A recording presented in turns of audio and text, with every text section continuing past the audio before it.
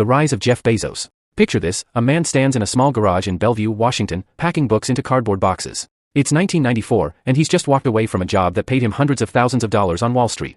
His parents have invested their entire life savings into his crazy idea. He doesn't have a store. He doesn't have inventory. He doesn't even have a business name that people can pronounce. What he does have is a belief so strong that he's willing to risk everything, including his family's financial security, on the idea that people will buy books from a website. Not just a few people. Millions of people. This man is Jeff Bezos, and in less than 3 decades, he will become the richest person in modern history, fundamentally changing how humanity shops, reads, watches entertainment, and even reaches for the stars. But right now, in this garage, nobody knows his name. This is the story of how an analytical, laugh-prone son of a teenage mother built an empire worth over $1 trillion, and how his relentless focus on a single principle would revolutionize not just commerce, but the entire infrastructure of the internet itself. Jeff Bezos was born Jeffrey Preston Jorgensen on January 12, 1964, in Albuquerque, New Mexico. His biological father, Ted Jorgensen, was a circus performer and retail store owner who married Jeff's mother, Jacqueline Guys, when she was just 17 years old. But this marriage wouldn't last. When Jeff was barely a toddler, Jacqueline divorced Ted, recognizing that the relationship wasn't working and that she needed to provide a better environment for her son. What's remarkable about Ted Jorgensen is that he would eventually lose touch with Jeff completely, and in fact, decades later when tracked down by a journalist, he didn't even know that his biological son had become one of the wealthiest people on Earth. He had remarried, owned a bike shop, and had no idea that the baby boy he'd known briefly was now a household name. When Jeff was 4 years old, his mother married Miguel Bezos, a Cuban immigrant who would become the father figure that shaped Jeff's early life. Miguel's story is extraordinary in its own right. He came to America at 16 as part of Operation Pedro Pan, a program that brought Cuban children to the United States without their parents during the Cuban Revolution. He arrived speaking no English, lived in a refugee camp, and worked his way through the University of Albuquerque while working as a clerk at a bank. Eventually, he became a petroleum engineer for Exxon. Miguel legally adopted Jeff, giving him the Bezos surname, and by all accounts, was a devoted and loving father who encouraged Jeff's intellectual curiosity and supported his ambitions unconditionally. When people talk about Jeff Bezos' family investing in Amazon, they're talking about Miguel and Jacqueline, who put $300,000 of their retirement savings into their son's internet bookstore dream. From his earliest years, Jeff showed signs of intense focus and mechanical aptitude. As a toddler, he reportedly tried to disassemble his crib with a screwdriver because he wanted to sleep in a real bed. His mother found him working at it with serious determination. This wasn't a tantrum or random destruction, it was problem solving.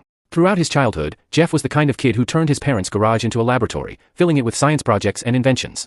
He rigged electrical contraptions, built solar cookers, and created an automatic gate closer using cement-filled tires and alarms made from spare parts. His grandfather, Lawrence Preston Guys, played a huge role in nurturing this inventive spirit. Preston Guys had worked for the Atomic Energy Commission and later managed a massive ranch in Texas, where young Jeff spent summers learning self-reliance, fixing windmills, castrating cattle, and performing the hard physical work that comes with ranch life. These summers in Texas became formative for Bezos. His grandfather taught him that you can accomplish anything if you're resourceful enough, if you're willing to tinker and experiment and not give up when something doesn't work the first time.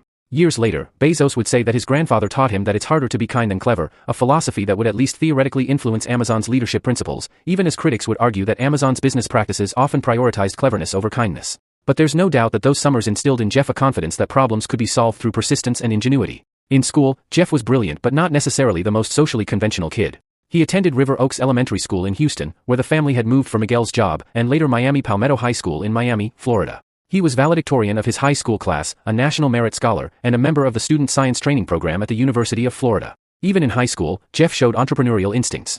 He started his first business, the Dream Institute, an educational summer camp for 4th, 5th, and 6th graders, charging $600 per student to teach them about topics like space exploration, fossil fuels, and nuclear war. The fact that a high schooler could convince parents to pay $600 in the early 1980s for a summer program he designed himself tells you something about his persuasive abilities and confidence.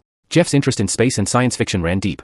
He was a massive Star Trek fan and loved the idea of humanity expanding beyond Earth. In his high school valedictory speech, he talked about the idea of preserving Earth by encouraging millions of people to permanently move into space colonies and turning the planet into a protected natural reserve. This wasn't just teenage dreaming, it was a glimpse into a vision that would eventually manifest decades later with his rocket company, Blue Origin. The young Jeff Bezos genuinely believed that humanity's future was in space, and he never abandoned that belief. He went to Princeton University intending to study physics. He wanted to be a theoretical physicist, to work on the fundamental questions of the universe.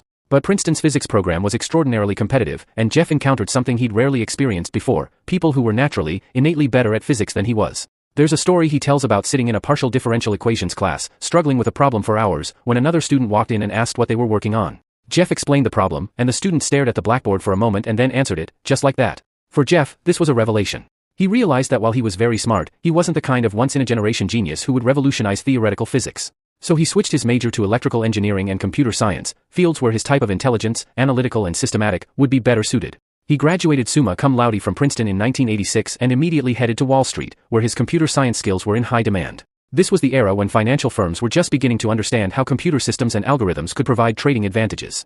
Jeff worked first at a startup called Fattel, developing a network for international trade. Then he moved to Bankers Trust, working on computer systems for managing pension fund investments. But his most significant pre-Amazon job was at D.E. Shaw, a quantitative hedge fund that was pioneering the use of computer science in finance.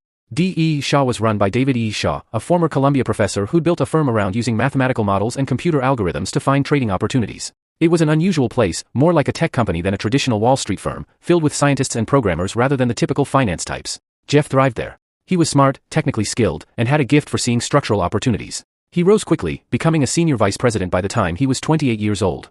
He was on track to become extremely wealthy by any normal standard, earning a salary and bonuses that most people could only dream of. It was at D.E. Shaw that Jeff met Mackenzie Tuttle, a research associate at the firm who'd graduated from Princeton and studied under Toni Morrison.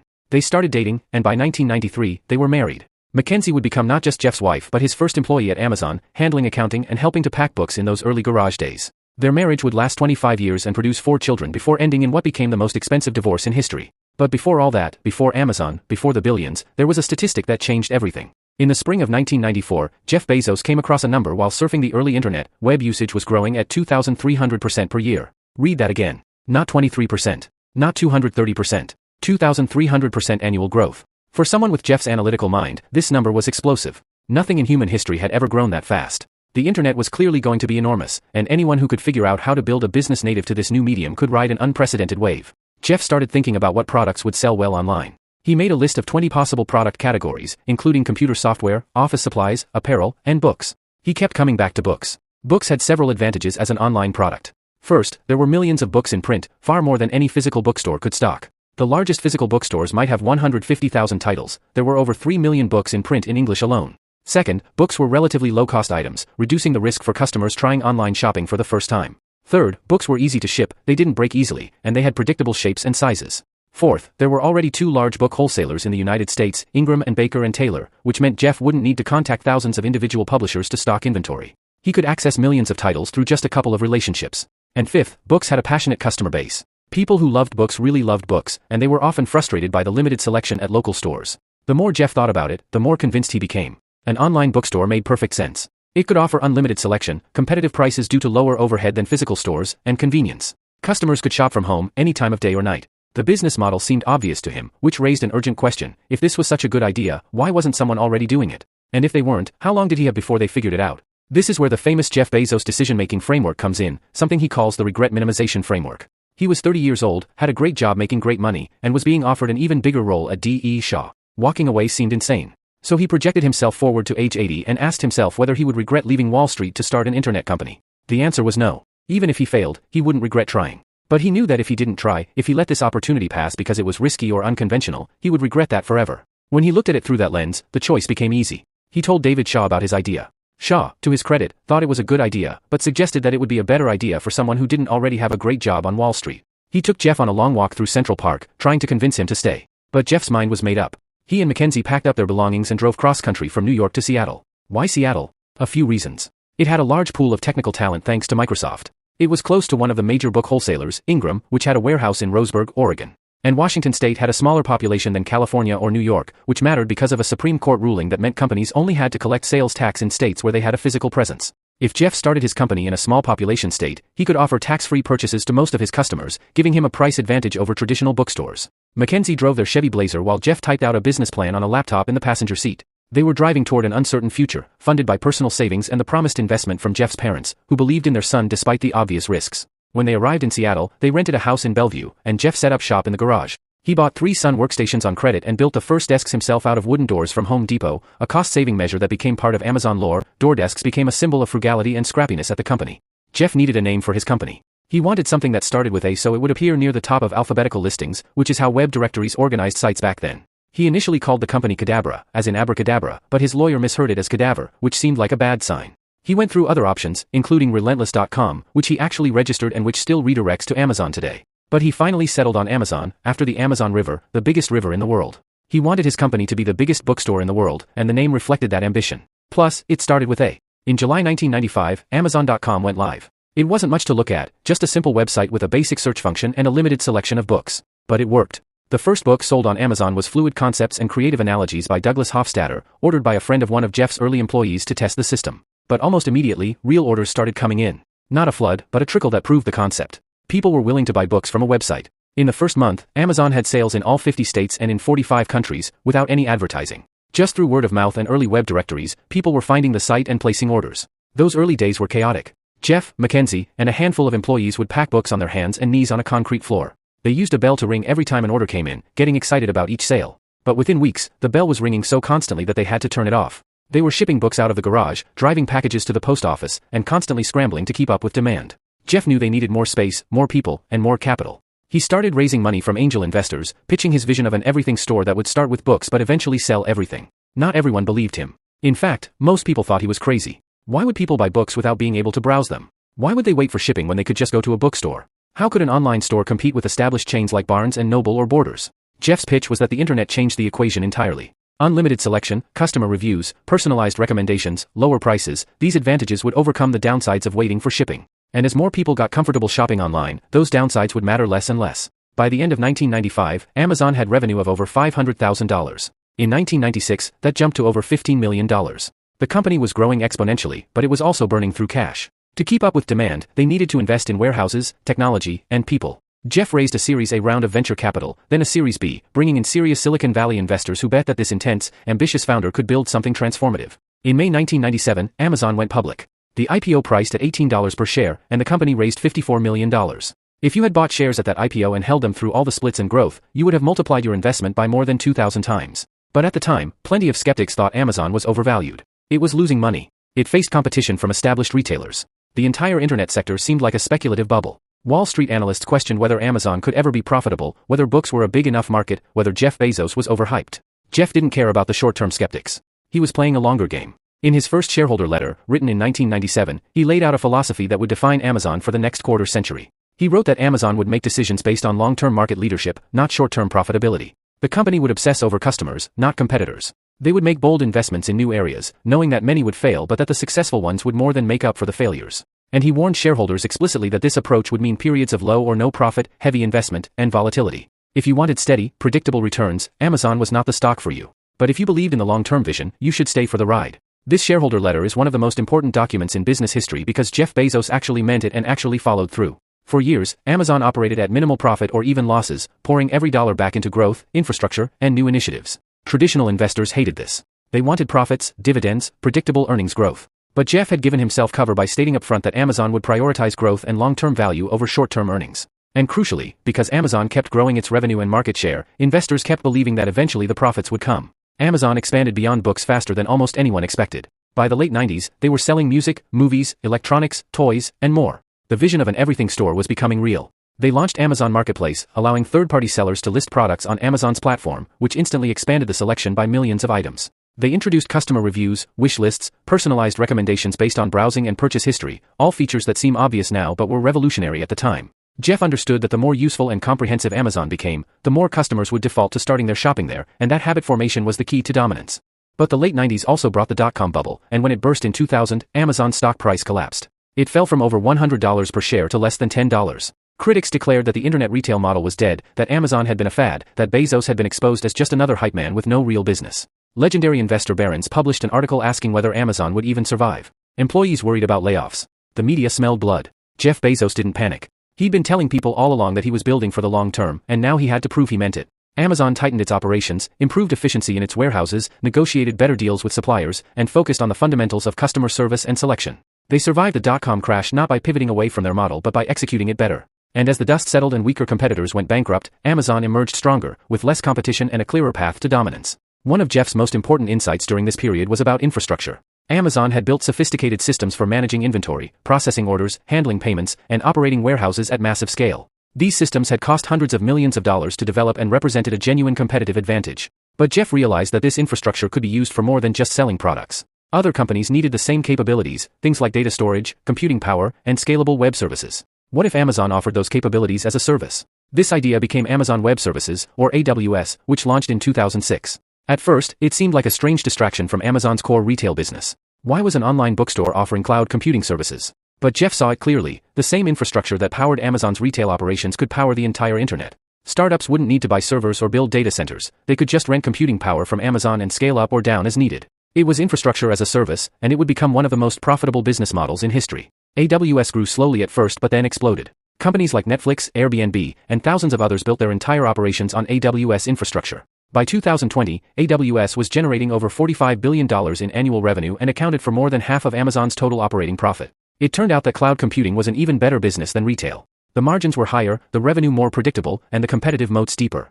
AWS made Amazon not just a retailer but a fundamental piece of internet infrastructure, and it made Jeff Bezos not just rich but unimaginably wealthy. But even as AWS grew, Jeff never lost focus on the retail customer experience. He pushed for faster shipping, which led to the creation of Amazon Prime in 2005. For $79 a year, customers got unlimited free 2-day shipping on millions of items. Internally, some executives thought this was insane. The shipping costs would be enormous, and $79 a year wouldn't come close to covering them. But Jeff understood psychology. Once customers paid for Prime, they would feel compelled to get their money's worth by shopping more on Amazon. They would consolidate more of their purchases on the platform. They would become locked in. And he was right. Prime became one of the most successful loyalty programs in history, growing to over 200 million members worldwide. Prime members spend more than twice as much on Amazon as non-Prime members, and the program creates a massive incentive for customers to default to Amazon for almost everything. Jeff kept expanding Prime's benefits beyond shipping. He added Prime Video, offering streaming movies and TV shows to compete with Netflix. He added Prime Music, Prime Reading, and exclusive deals. Each added benefit made Prime more valuable and made it even less likely that members would cancel. The program became a flywheel. More benefits attracted more members, which generated more revenue, which funded more benefits, which attracted even more members. Amazon's growth also came from constant innovation in logistics and operations. Jeff was obsessed with efficiency, with eliminating waste, with making every process faster and cheaper. Amazon pioneered the use of robots in warehouses, acquiring Kiva Systems in 2012 for $775 million and deploying thousands of robots to move products around fulfillment centers. They experimented with drone delivery, imagining a future where packages arrived by air within hours of ordering. They built their own delivery network to reduce dependence on UPS and FedEx, buying planes, trucks, and vans, and creating Amazon Logistics as a competitor to traditional shipping companies.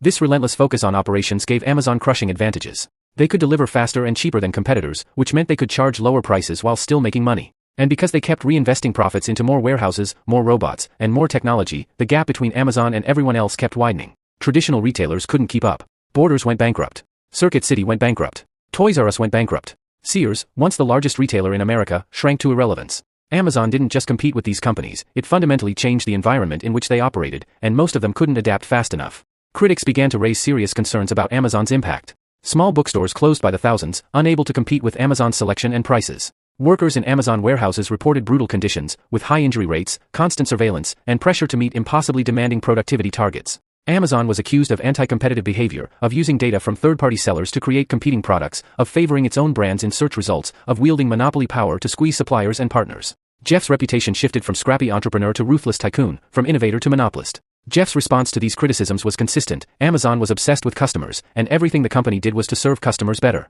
Lower prices served customers. Faster shipping served customers. Greater selection served customers. If that meant disrupting existing businesses or demanding more from workers or driving hard bargains with suppliers, well, that was capitalism. Customers voted with their wallets, and they kept choosing Amazon, which meant Amazon was doing something right. There's a famous Jeff Bezos saying that illustrates his philosophy: your margin is my opportunity.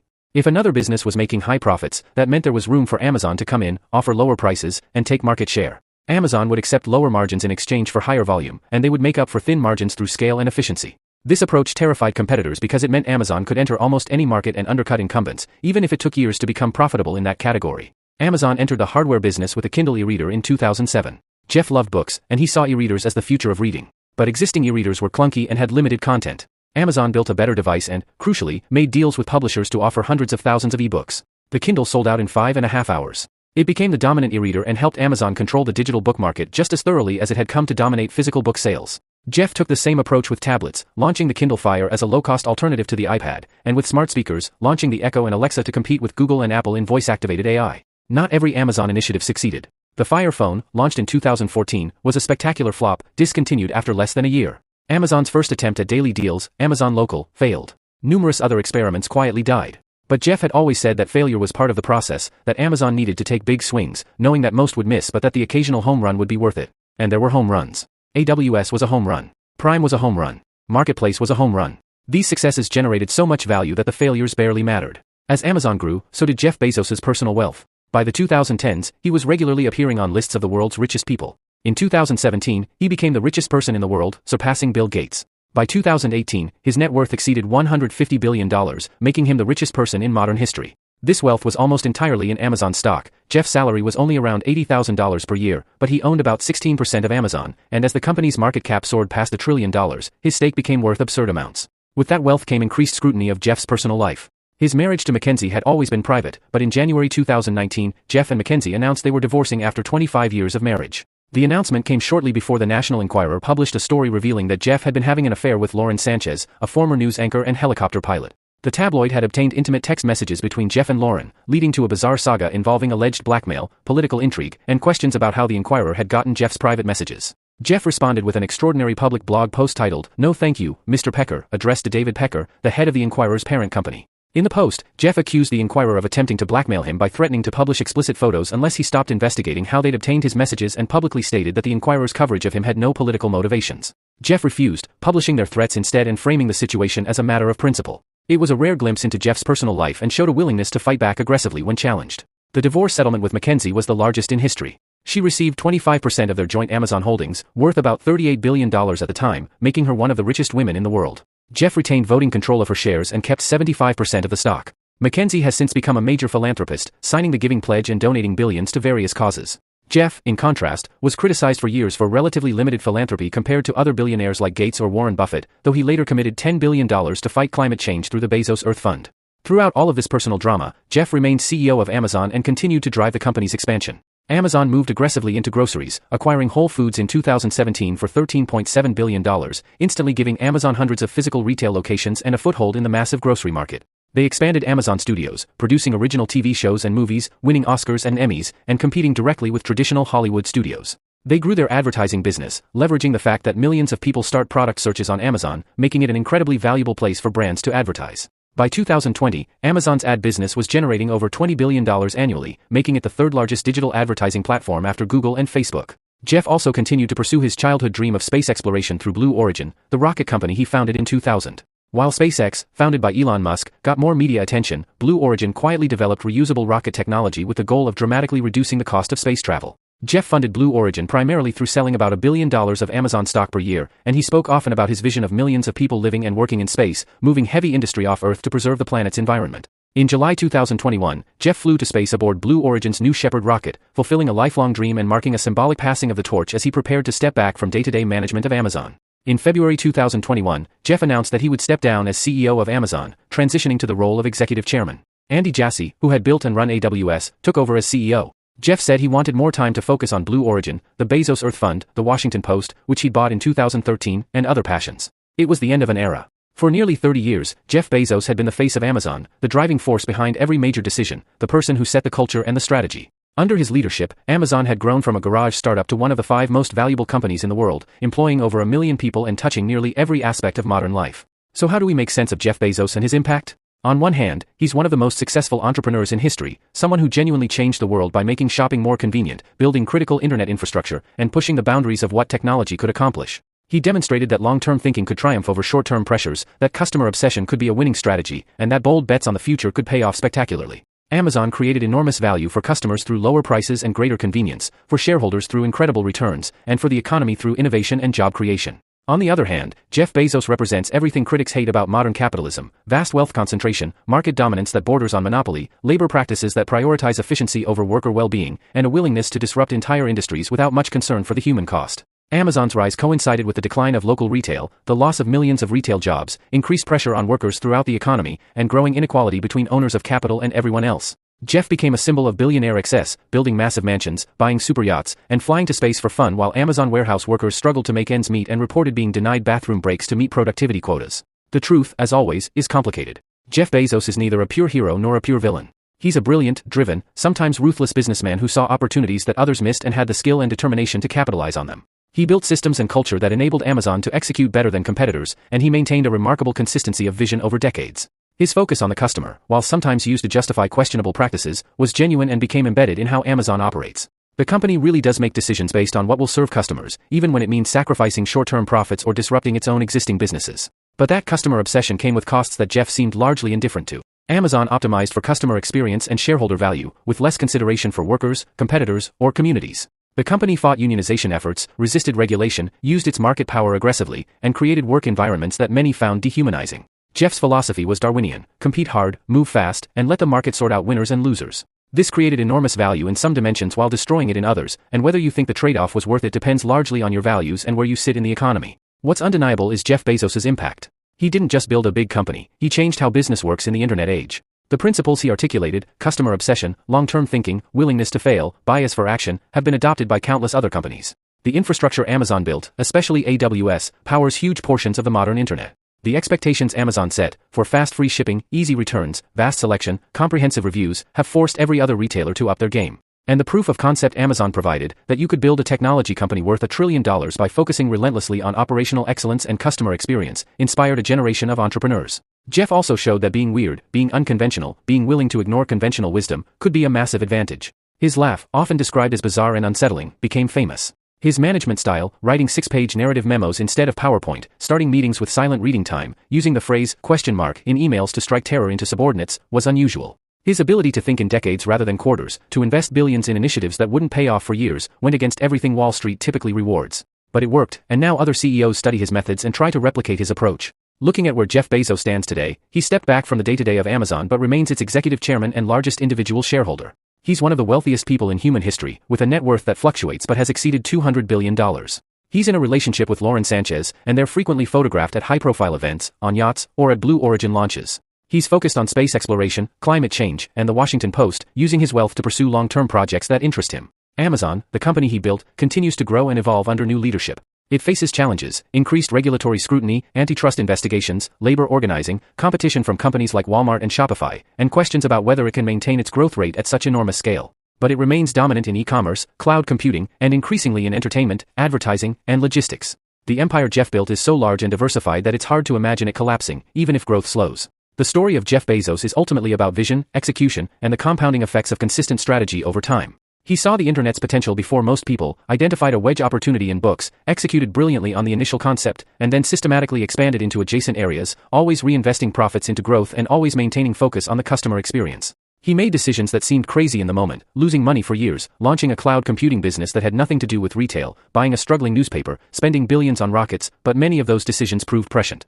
He also benefited from timing, talent, and luck. He started Amazon at exactly the right moment, just as internet adoption was accelerating but before competition was established. He attracted extraordinary talent, people who believed in the vision and worked insane hours to make it real. He raised capital from investors who were willing to be patient and trust his long-term approach. And he avoided the fatal mistakes that kill most startups: the pivot that abandons a good idea too soon, the expansion that stretches resources too thin, the internal politics that paralyze decision-making. But beyond timing and luck, Jeff Bezos demonstrated qualities that any entrepreneur can learn from: clarity of vision, willingness to take risks, comfort with criticism, ability to make decisions with incomplete information, focus on what matters, and relentless pursuit of improvement. He wasn't the most charismatic leader or the most likable person, but he was effective. He built systems that worked, culture that endured, and strategies that compounded over time.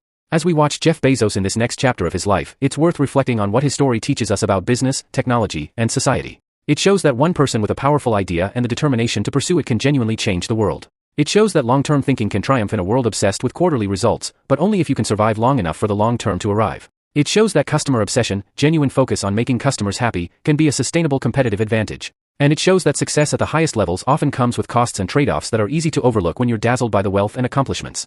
The man who started packing books in a garage in Bellevue became the richest person in modern history, built a company that touches billions of people, and changed multiple industries forever. Whether you admire Jeff Bezos or criticize him, whether you think Amazon is a force for good or a concerning concentration of power, you cannot deny his impact. From that garage to the edge of space, from books to cloud computing to entertainment to logistics, Jeff Bezos took an idea about selling books on the internet and turned it into one of the most consequential business stories ever told. And that story, for better and worse, is still being written.